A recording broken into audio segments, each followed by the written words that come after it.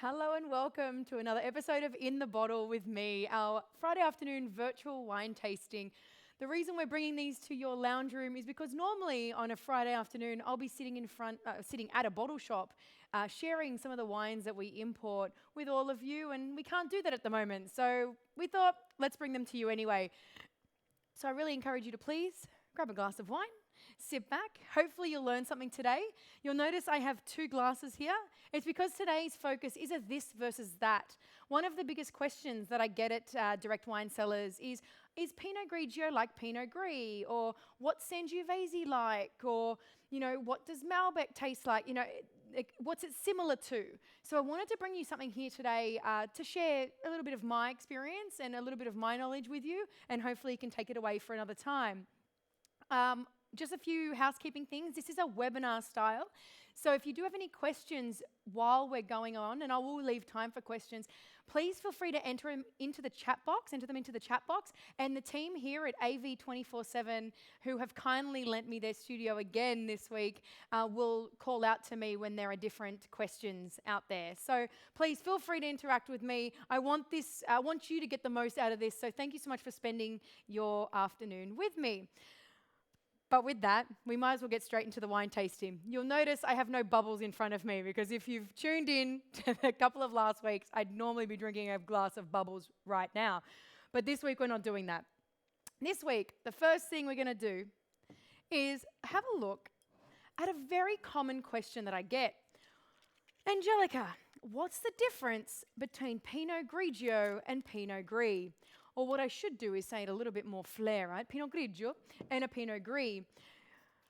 Now, I'm just going to pour them both for myself so that I can talk through them because, I've got to look like I know what I'm talking about. Okay, so firstly, the difference between Pinot Grigio and Pinot Gris. Absolutely nothing. It is exactly the same grape. The difference is the direction the winemaker wants to take it. Pinot Grigio is normally known in the north of Italy, which is where the first wine that I have comes from, and Pinot Gris is more of a French style of winemaking. So the idea of Pinot Grigio is that it's less ripe, it's more tight acid, it's crisp, herbaceous, very neutral on the nose, whereas Pinot Gris is more fresh and fleshy. They let the grape ripen a little bit more on the vine so that it gets a little bit more character, like fruit character to it. So I find that Pinot Gris, crisp, dry, herbaceous. Pinot Grigio, crisp, dry, herbaceous. Pinot Gris is more, a bit more voluptuous. It's a bit more, aromatic, I guess you could say. So we're going to have a look at these two wines. We've got the Sensi Collezione Pinot Grigio from the north of Italy, from Veneto. It's probably my biggest selling wine, to be honest. I don't know if it's just we're riding this Pinot Grigio wave in Australia right now, but yeah, probably my biggest selling wine. And then we're looking at the Cornell Nelson Pinot Gris from New Zealand. So ironically, we're doing a New World versus Old World comparison. If I had any Pinot Gris from France, we could have played with that. But it's actually quite interesting to look at New World Pinot Gris as well, because I find that they're, medium to high acid. You get this beautiful spiciness that comes through with a lot of the New World Pinot Gris. Color is very interesting. The Pinot Grigio right here, I love that this is a white table, by the way, right now. Very clear, very see-through, quite lemon color, whereas the Pinot Gris is a lot more, it's like a little bit deeper in color. It's really interesting. Let's have a little look. Excuse me. Okay, so the Pinot Grigio, as expected, doesn't pop out of the glass. It's a lot more neutral. Makes it an awesome wine for just.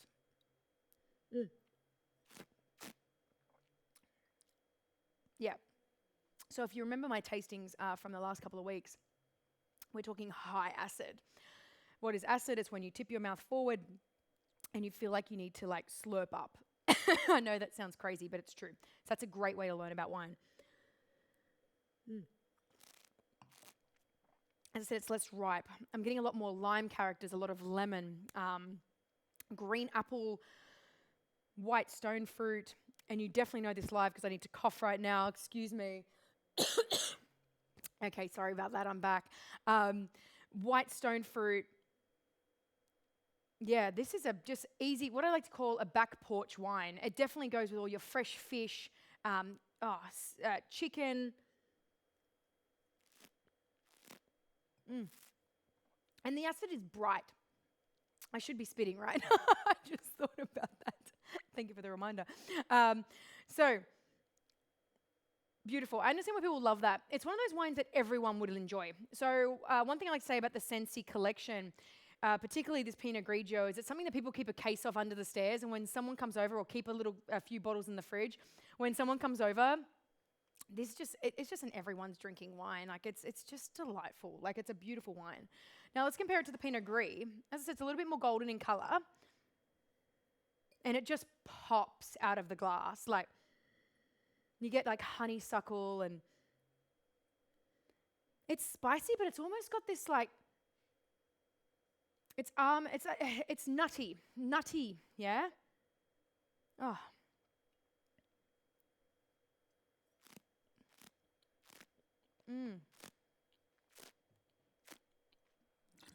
Yeah. So again, like, it's like creamy acid through the mouth.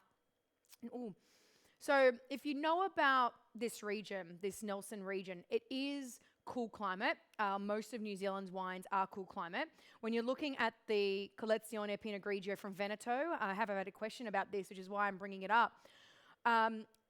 This Pinot Grigio is from a cool climate. If you tuned into our very first episode, you would have seen me showing off the Filo Grigio from Sicily, more of a warm climate, which made it more of a creamy, more aromatic white. These two are both very bright acidity, very crisp styles of wine, and that's what you would expect from cooler climate regions. Even though they do leave the Pinot Gris on the vine a little bit longer just to get those phenolic, get that really nice, I guess, floral characters. That's the word I'm looking for. It's quite floral. It's a lot more fruit driven compared to the Pinot Grigio. They do leave it on the vine for a little bit longer. They are still both cool climate wines. Again, the difference whether a winemaker wants to make a Pinot Gris, and obviously a French person is going to make a Pinot Gris. If a winemaker wants to make a Pinot Gris or a Pinot Grigio, it's completely up to them, and it's all about when they want to harvest. But yeah, Pinot Gris, it just pops out of the glass, doesn't it?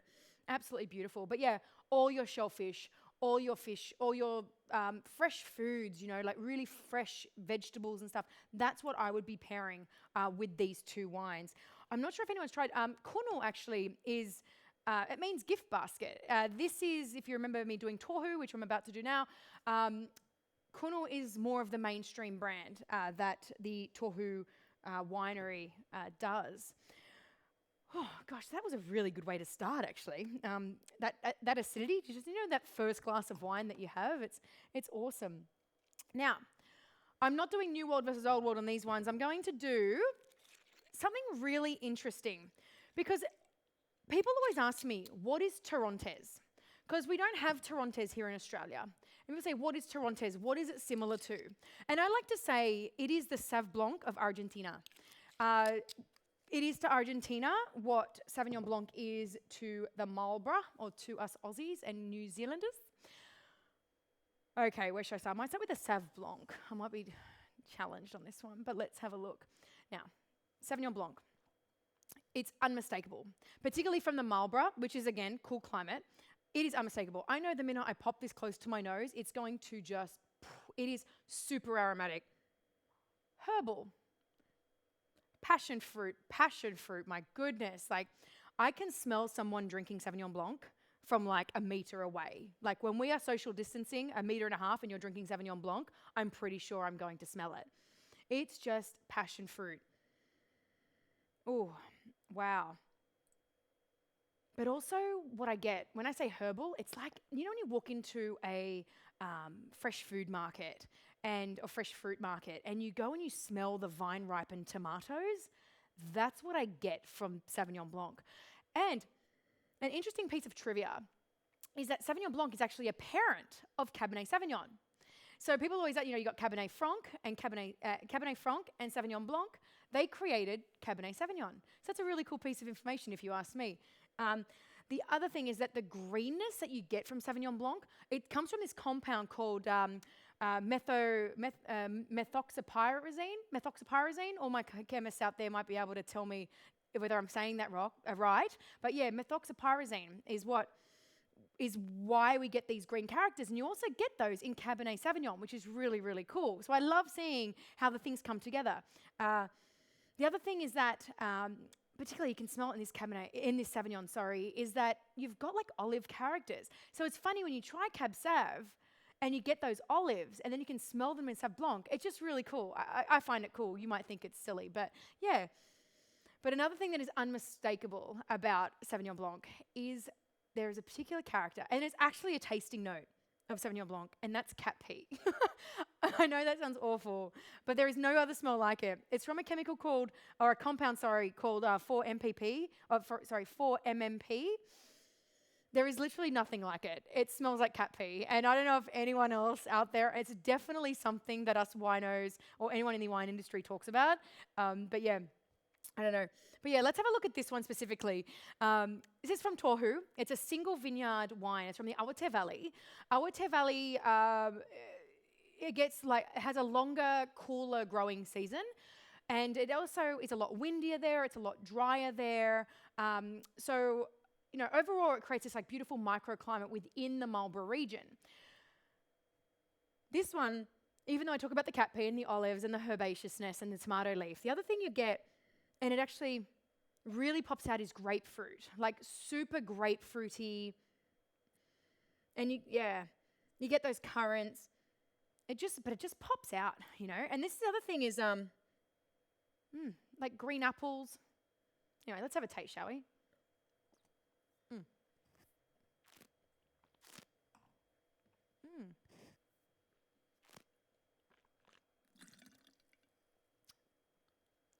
Wow, all right. As expected, high acid. Like I can hardly speak because I need to have another sip. Beautiful minerality. Wow. This is a brand new vintage. 2019 for the Marlborough had lower yields just because of certain climatic issues. Lower yields. But the thing with lower yields is that the lower the yield, the harder the grapes have had to work to actually come out, which means you're actually using optimal grapes. So if anyone knows me, I'm not a massive Sauvignon Blanc drinker, but that's actually delicious. You definitely get a lot more of the fruit characters coming through on the palate, like the grapefruit, the apples. You're getting the passion fruit, of course, but it's not overwhelming. It's not overpowering like a lot of Sauvignon Blancs. Wow, I understand why this has won so many awards. I mean, I know we're good at choosing wines, but this is a bloomin' good Sauvignon Blanc.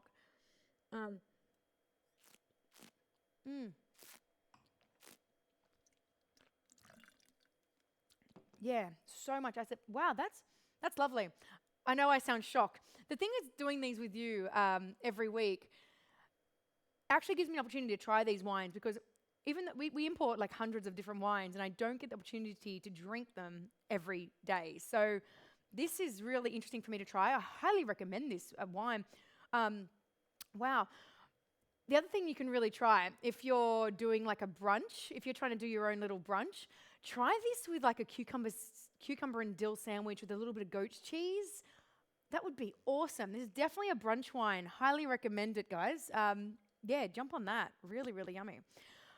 The other one is the Andaluna Torrontés, 1300 Torrontés. So Torrontés is to, as I said, is to Argentina what Sauvignon Blanc is to New Zealand. It's what they do best. It's also very aromatic. So I can actually smell that just from here. But what I love is, oh, wow.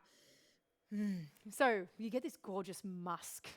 Do you remember musk sticks when you were younger? Does anyone remember those? Oh, just this smell of musk just pops out of this glass. But rose petals, like lemons, peaches, it's very vibrant. But it smells super sweet. It smells super sweet. So I'm a little bit concerned. But let's see how we go, because Torrontés is a very dry white wine, but it does smell sweet. So let's have a little tasty taste.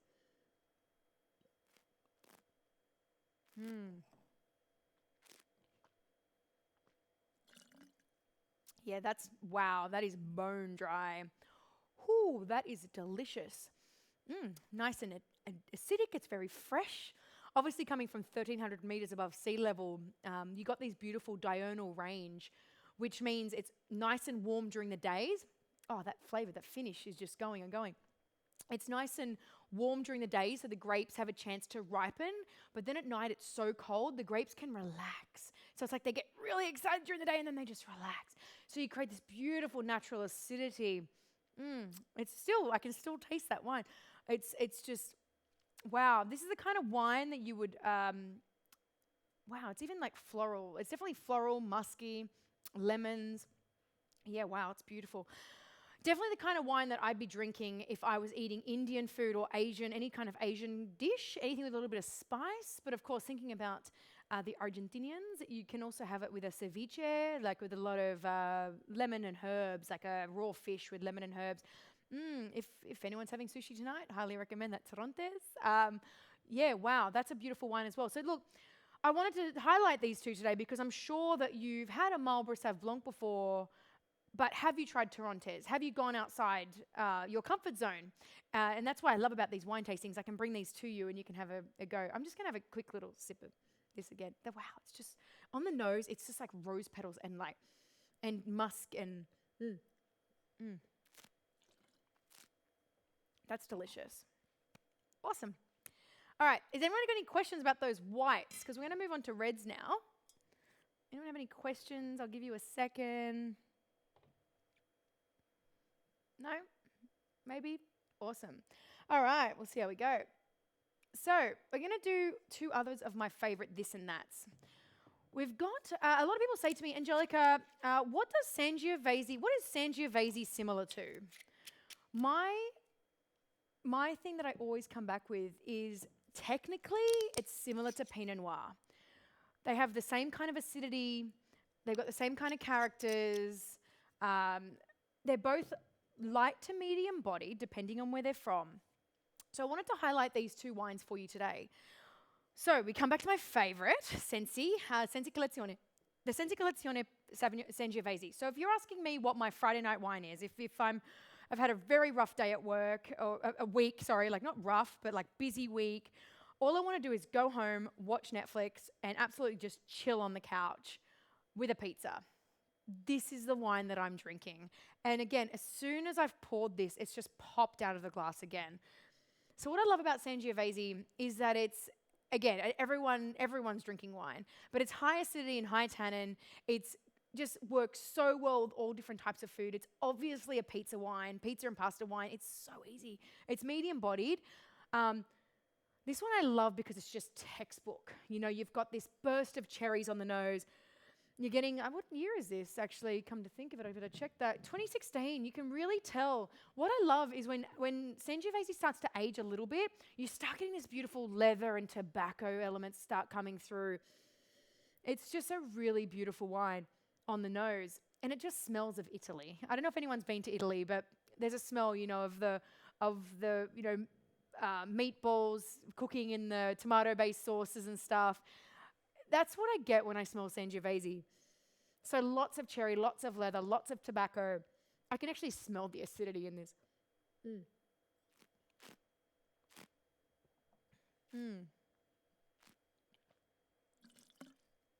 And it really does translate onto the palate. It's this earthiness, this taste of the Tuscan terroir.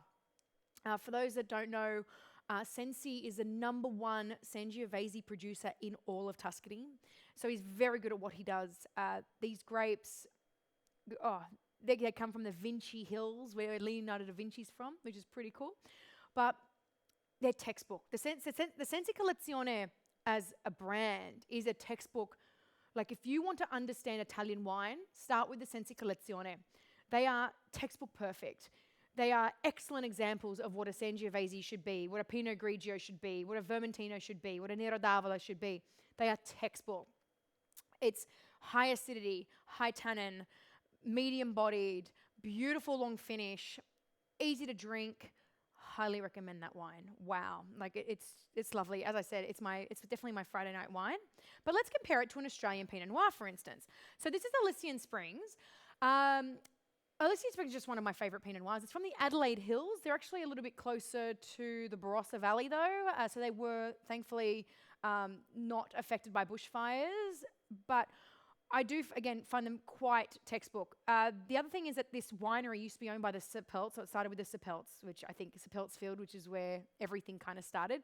Sapelts Field, the Chardonnay, for instance, went into Penfold's Yatana project. I find that they've just got a really beautiful history and a beautiful cellar door to match. So let's have a look at this.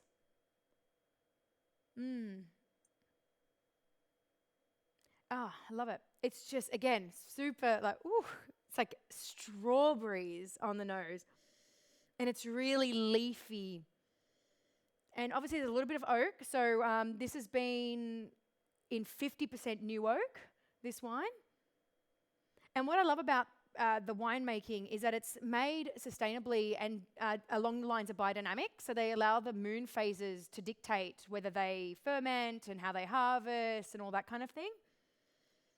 Wow, it's like just strawberries. This is 2018. Yeah, it's just like beautiful. And wow. And very minimum filtration used with Elysian Springs. So basically, like the wine's doing what it does. It's definitely an expression of the terroir of the Adelaide Hills.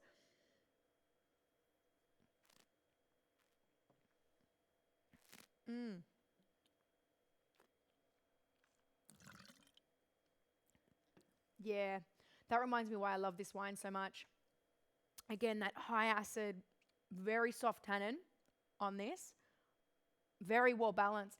But on even though the nose is very strawberry, the palate's really plummy, like lots of red plums. Super complex, guys. I can't even explain it. There's like a lot of toasty oak to it. There's like a mushroomy character to it. That is a beautiful wine.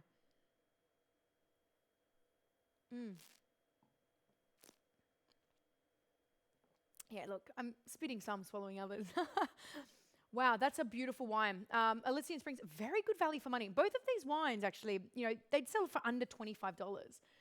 So it's just crazy value for money for that attention to detail, like the expression of the terroir that's coming from both of these wines is really impressive. The balance on them, the fruit, the texture, the tannin, the acid, everything is really, really integrated. Yeah, and again, if you're looking to learn more about like really, really deep dive into what a varietal should taste like, these are textbook, absolute textbook red wine, like Pinot Noirs and Sangiovese. Does anyone have any questions on those? Because I know that's a lot. Like that's a lot to take in. I think from what I'm actually.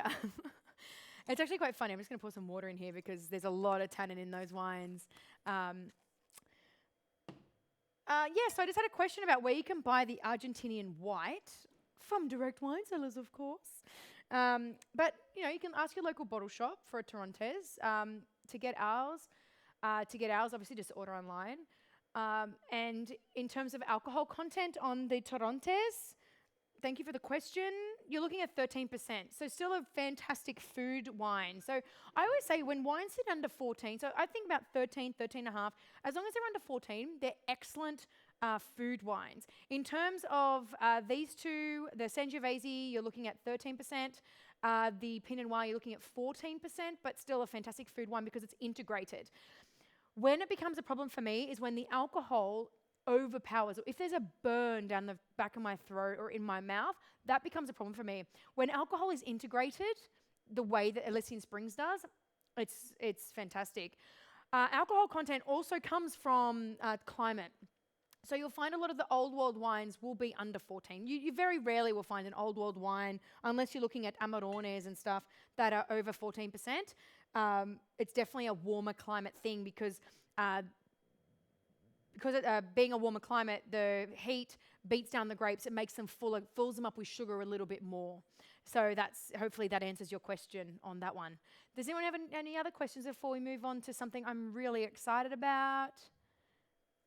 Awesome. We'll see how we go. All right. So I need 3 glasses, but I don't have them. Okay, I'm really excited about this. So what we're gonna do is we're just gonna do 2 reds, but I just got too excited. I had to try all these wines at once. So we're gonna try them. I'm gonna put 2 out, and then we'll pour the last one. We're doing the difference between Shiraz and Syrah. I might leave that one for a second, and I'll do this one. All right.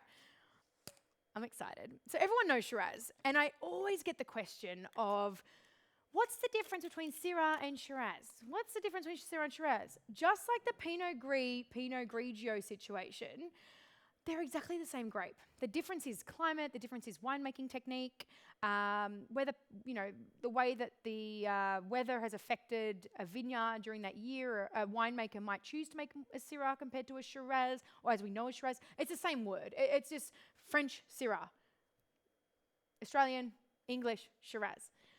But I think it started to become identified in terms of old world and new world. So if you want to make the old world style, which to me is more of that gamey, earthier, herbaceous style, you do that. And it normally comes from cooler climate regions as well. So the one we're trying today is from the Luberon. It's from Maranon. It's my other favorite brand that we import. This Syrah is kick-ass. Like, it's really, really good. It's from Altitude Vineyards, and ironically, after talking about Torontes at 1,300 metres above sea level, this is only 300 metres above sea level, but for the French, that is a lot. The other thing about Shiraz Syrah is it's all about the slopes that it comes from, so you really want a good slope. I'm showing you, on the flip side, a Barossa Valley Shiraz. The Barossa Valley is all about the valley. It's flat, it's hot, the heat just beats down on these grapes. So you really can see the distinct difference between a Syrah and a Shiraz through this.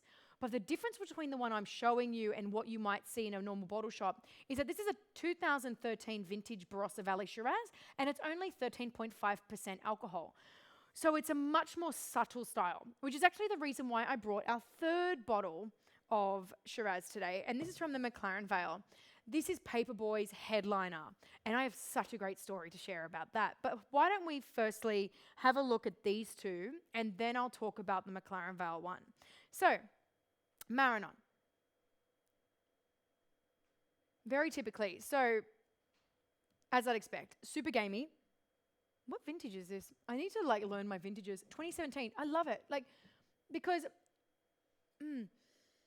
originally, straight away on the nose, I'm getting blueberries and plums, black plums. But I'm starting to already get that earthy, herbaceous character coming through, this gaminess, this olives coming through as well, which is interesting. I hope that's not the Sauv Blanc still working. But it's just gamey. It just smells like you need a meal with it, But compare that to this one, and it's all fruit, no, actually. So you're getting licorice and chocolate, all these flavors now coming through, but definitely purple fruit and lots of red fruit coming through on those. But let's have a look. So,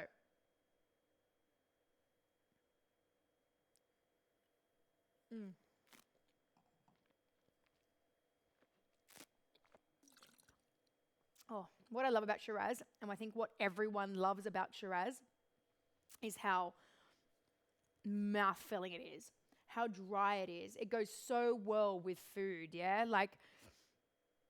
This is beautiful. You're getting violets. You're getting, it's super floral. It's super concentrated. It's got really nice tannin, lovely soft acid.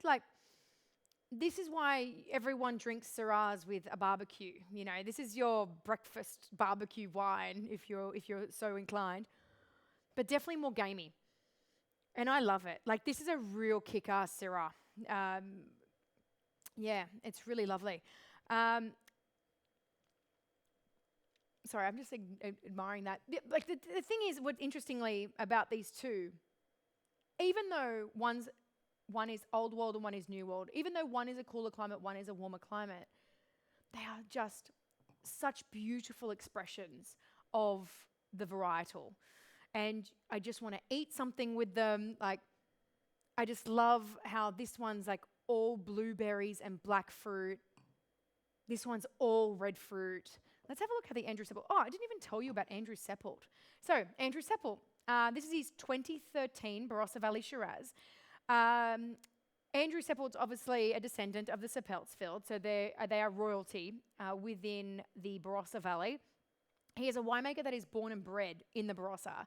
This man knows the Barossa better than anyone. He can make wines better than anyone. And what I love about him is that he doesn't fluff about. He allows the grapes to do what they do. He uses the oak he needs to use. He ferments the way he needs to ferment. He's a true winemaker. He's a true Aussie winemaker. And I just love this because you're getting all those licorice notes, those chocolate notes, and dried black fruit that come through with this wine. It's super complex on the nose, actually. I could sit here talking all day about it, but you can't smell it. So I hope you guys do have a bottle of this in your cellar. 2013. It's definitely ready to drink now.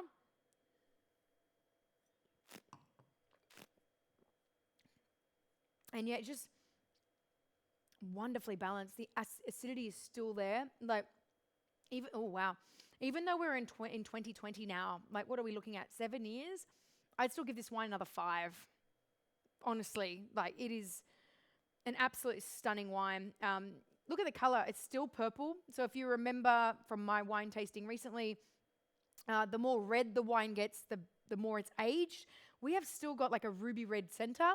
So I would still be able to age that for a few more years in optimum temperatures. Whereas you look at this Syrah, which is 2017, it's still like bright purple. So it's still got years on it as well. But both of these wines are a beautiful expression of Shiraz. As I said, the Syrah, it's more gamey, it's earthier, it's more complex, it's more herbaceous, it's blueberries, blackberries, black plum kind of thing. The Australian Shiraz, we're looking at more of that red fruit, that really concentrated red fruit, obviously being a little bit more aged. We're getting all those secondary characters like licorice and chocolate coming through as well. They are delicious. But what I really want to do is show you the Paperboy. So the Paperboy, there's only a few hundred cases of this made. This is a McLaren Vale. So actually what I should do, I might put the McLaren Vale and the Barossa next to each other because this is another really interesting lesson. So whereas Barossa is more of that deep red fruit kind of thing, I'm going to take this away for a second and I'm going to put these two up here. Let's have a look. McLaren Vale is a lot more subtle. It's a lot more soft, more elegant. I'm making a mess on this table today. Don't know what's my problem. So we have the Barossa here. The other thing I wanted to show, wow, this is just Cassis. Like, if you've ever had that like purple fruit Cassis, can't think of the fruit. But it's like this Cassis. So I like to use Cassis in my Prosecco cocktails. But it's like this beautiful pop of Cassis. And this is a 2017 as well. So I wanted to show like 2013 Barossa Valley Shiraz, red fruit, licorice, chocolate. This 2017, and it's just a lot more soft and it's a lot more elegant. Not that Barossa Valley is not elegant. I just think McLaren Vale is very underrated for wines, but it's jammy, like, purple jam, like jam and Cassis, but also subtle oak, vanilla.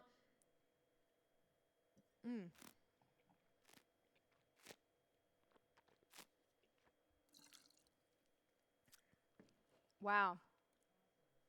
Beautiful elegance. Like, it just pops out of the glass. It's got lovely acidity, really well integrated oak. I mean, both of these wines have such integrated oak.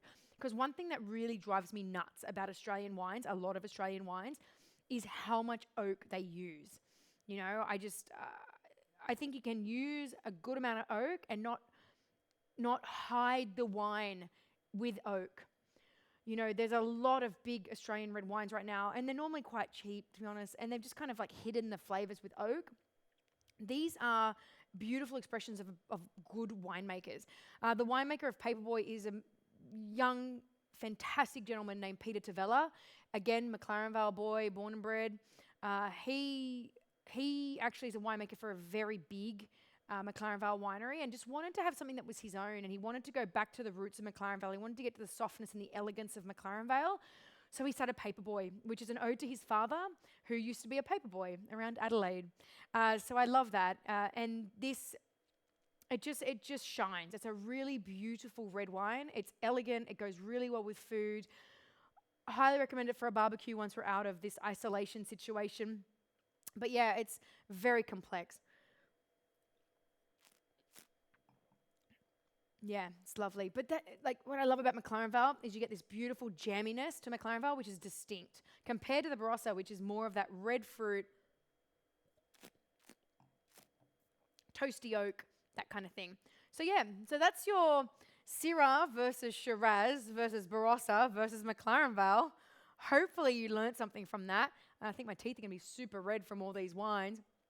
So yeah. So that kind of brought me to the end of our virtual wine tasting today, but today's a really special day. Does anyone have any questions about the Shiraz I should ask first? Anyone have any questions? Maybe not? Okay, great. Oh, hang on. Sorry, I answered that one already. Yes, so I answered the question about Paperboy before it came up. So thank you for that question, though. Appreciate that. Now, today's a really special day. Today is World Malbec Day. Did you know that? Now, for all my Malbec drinkers out there, this is a great day to celebrate. And we obviously sell a lot of fantastic Malbecs on direct wine cellars from Andaluna. Andaluna, Andy being, the Andes, obviously, and Luna being the moon. So it's a beautiful expression of Malbec. Let me just have a look. So what I did today is, this isn't a this versus that. This is just simply me having a little bit of fun. I brought something called the Passionado. Now, excuse this little contraption that's on top. It's just going to help me. I'm going to put that there so you can see it. The Passionado range by Andaluna. So the reason I'm bringing this out again is because it's World Malbec Day, and I wanted to honor World Malbec Day with a Malbec. And because it's me, I'm allowed to bring whatever I want and whatever I want to drink. And for me, it's the Passionado. Why? The Passionado, there's only 2,000 bottles made. This is from the best grapes. The viticulturalist goes through all the vineyards and he will pick the grapes, like he'll pick the rose or he'll pick the certain clusters of grapes that will go into this wine. Then they age this wine in 50% new, 25% used first use, and then 25% second use French oak barrels for 12 months. And then they keep it in bottle for another 8 months before we see it. Because of that new oak, it is massive upon release. Like, I'm looking right now at a 2014 vintage. I would not be drinking this yet. The reason it's under this contraption, the Caravan, is because I want to taste it, but I don't want to drink it yet. I want to leave it for a little bit longer.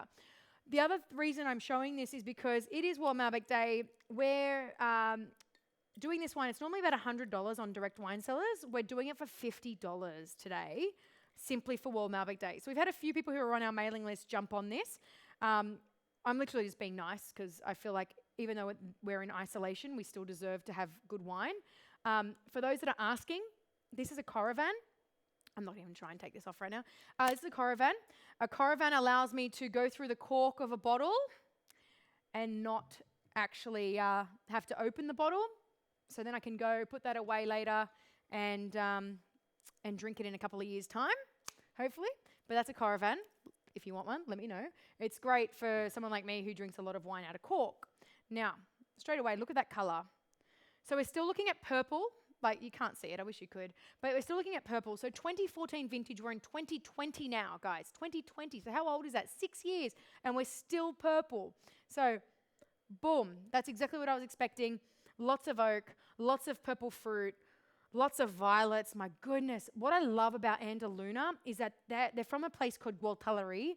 It's, again, 1,300 meters above sea level. And they're famous for these spicy floral Malbecs. It's what I call a feminine style of Malbec. For those people who don't know, I'm not a massive fan of Malbec. So when it came to finding one to import, it had to be something special. It had to be something unique. It had to be something really, really interesting to me and great value for money. Yeah, wow. Oh, wow. This gets these beautiful dried herb characters that come through as well.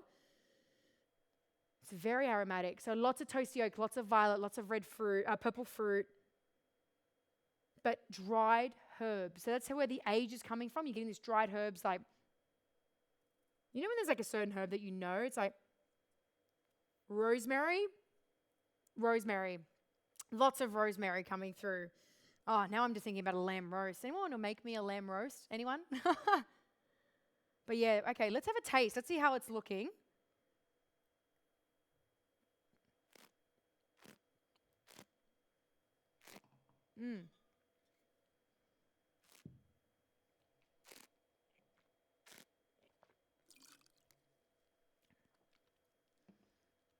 Wow. Okay. Just going to have a moment with that wine.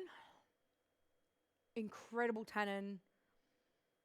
Like it's soft, but it's drying. It makes me want to go for another sip. Yeah, you can really taste like I want to chew on this wine.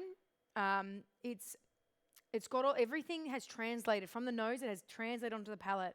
Getting all these beautiful blue and purple fruits. I'm getting this toastiness from the oak, this vanilla character from the oak. I'm getting those, did I say dried herbs already? I'm having a moment with this wine. Wow, that's really special.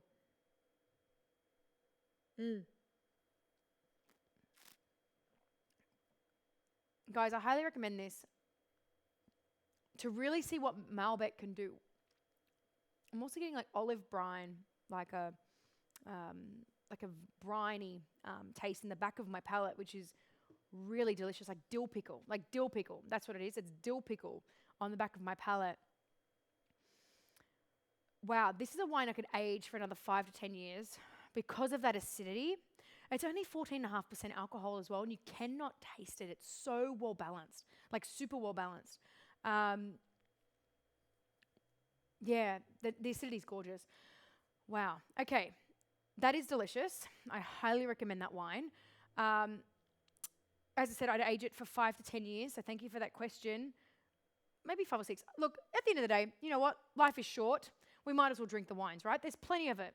I only get allocated a few dozen 6-packs every year because there's only such a small amount of this. And as I said, I am selling it really, really cheaply online right now, half price basically. Do you notice how I just have a moment with it? Like there's fruit, there's floral characters, there's violets, there's herbs, there's beautiful tannin, there's lovely acid. This is just a sensational bottle of wine. Really sensational. And the other thing we have from this range in the Passionato is the Quattro Cepas. And the Quattro Cepas is a 96-point decanter winning wine. What does that mean? It's actually a Bordeaux blend. So Malbec is originally from Cahors, and Malbec can be used in Bordeaux. So Andaluna have created this Bordeaux blend using Malbec, and that's called the four grapes, the Quattro Cepas. So highly recommend that one as well, but this is the one we have on special at the moment. Half price, very low yielding, high altitude wine with incredible body, really complex. Yeah, I'm very happy with that. Whew, I'm just gonna have another sip. And with that, may I ask, does anyone else have any questions? Because if not, I will allow you to leave this space. And I do hope that tonight you are drinking something absolutely sensational. And I want to thank you so much for tuning in tonight. Again, if you have any questions, you can email me at angelica@directwinesellers.com.au, and I'll be very happy to answer them. I want to thank you so much for spending the last hour with me, or 45 minutes, or whatever it is. I want to thank you so much because you have a choice of where you can be at the moment, and you've chosen to stay with me. So thank you. I also want to thank the guys here at AV 24/7 once again, because they have been so hospitable by allowing me to use this space and put up my signs and do all my thing. So thank you guys. And until next week, just remember to always drink good wine. Cheers, guys.